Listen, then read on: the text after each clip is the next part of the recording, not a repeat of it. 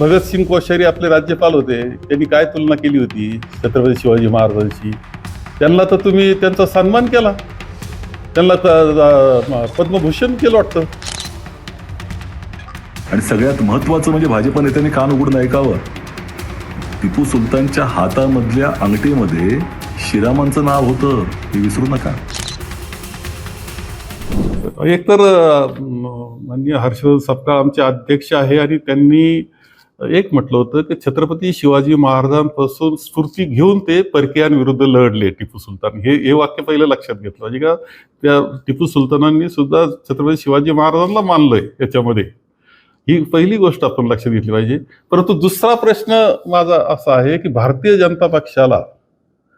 जनता पक्षाला या विषयावर बोलण्याचा अधिकार आहे काय?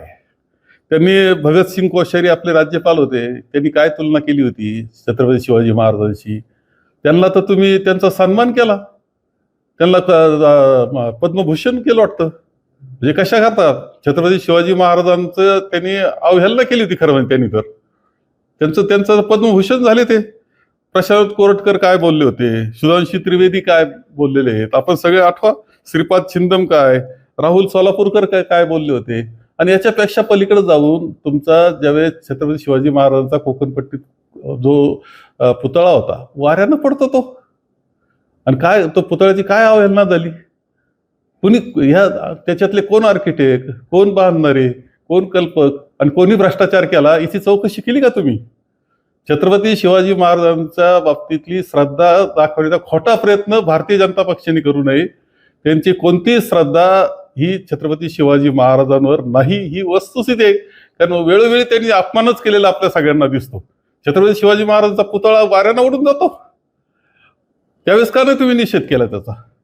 त्यावेळेस का गप्प बसले? काय चौकशी केली? कोण आहे गुन्हेगार त्याचं?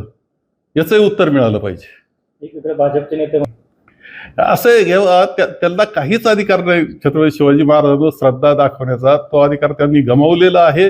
वेळोवेळी त्यांनी छत्रपती शिवाजी महाराजांच्या बाबतीत चुकीचे उद्गार काढलेले आहेत.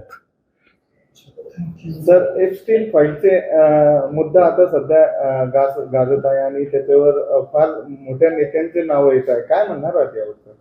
नाही, आता आपण तर सर्वजण ऐकतोच आहोत, परंतु एप्स्टीन फाईलना काय कोणाचं बदनामी काय याच्यापेक्षा आमच्या शेतकऱ्याचं मात्र मोठं नुकसान त्या एप्स्टीन फाईलनं केलेलं आहे. केवळ त्यामुळं अमेरिकेबरोबर करार करावा लागला आणि शेतीमालाचं 0 ड्युटी बसणार आहे त्याच्यावर, आणि ते आवक अमेरिकेची होणार आहे. ते मोठाले श्रीमंत शेतकरी जे आहेत अमेरिकेतले, ते इथं काही शेती उत्पादनं पाठवणार आहेत. एप्स्टीन फाईलनं फार मोठा तोटा आमच्या महाराष्ट्रातल्या आणि देशातल्या शेतकऱ्यांचा केला, ही वस्तुस्थिती आहे. आणि आमचं माल मात्र ते जात आणि 18% टॅक्स त्याच्या उलटा ड्युटी बसणार आहे. याच्यापेक्षा काय ती एप्स्टीन फाईलचं काय, कोण राजीनामे देतंय, कोण गप बसून घेतंय याच्यावर आम्हाला काही नाही. आमच्या शेतकऱ्याचं काय होणार? त्या एसटीचा काही संबंध नसताना आम्हाला त्रास होऊन राहिला शेतकऱ्याला, ही वस्तुस्थिती आहे. टिपू सुलतानच्या संदर्भात भारतीय जनता पक्षाच्या नेत्यांतर्फे ज्या पद्धतीचं आता वक्तव्य येत आहेत आणि ज्या पद्धतीचा पुण्यामध्ये आणि इतर ठिकाणी आंदोलन करण्याचा जो प्रयत्न चाललाय ते पाहून हसावं का रडावं अशा तऱ्हेचंच त्या ठिकाणी मत आम्हाला मांडता येईल. याचं कारण असं की भारतीय जनता पक्षाच्या नेत्यांना टिपू सुलतानबद्दल प्रचंड प्रेम होतं एकेकाळी. ज्या पद्धतीनं अकोला महानगरपालिकेच्या स्थायी समितीच्या सभागृहाला नाव देण्याचा प्रस्ताव, त्याचे सूचकच भाजपाचे तत्कालीन महानगरपालिकेचे पक्षाचे अध्यक्ष होते, तत्कालीन माजी महापौर होते.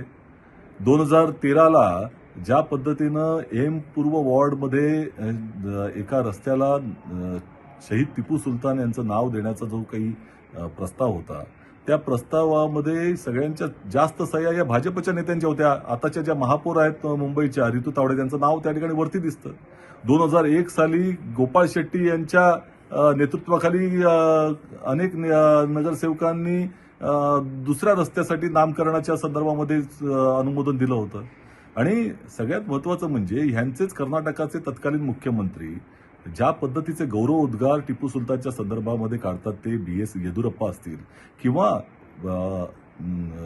पूर्व राष्ट्रपती रामनाथ कोविंद असतील, यांनी ज्या पद्धतीनं कर्नाटकाच्या विधानसभेमध्ये गौरव उद्गार काढले, तर आता यांचं मत बदलण्याचं कारण काय?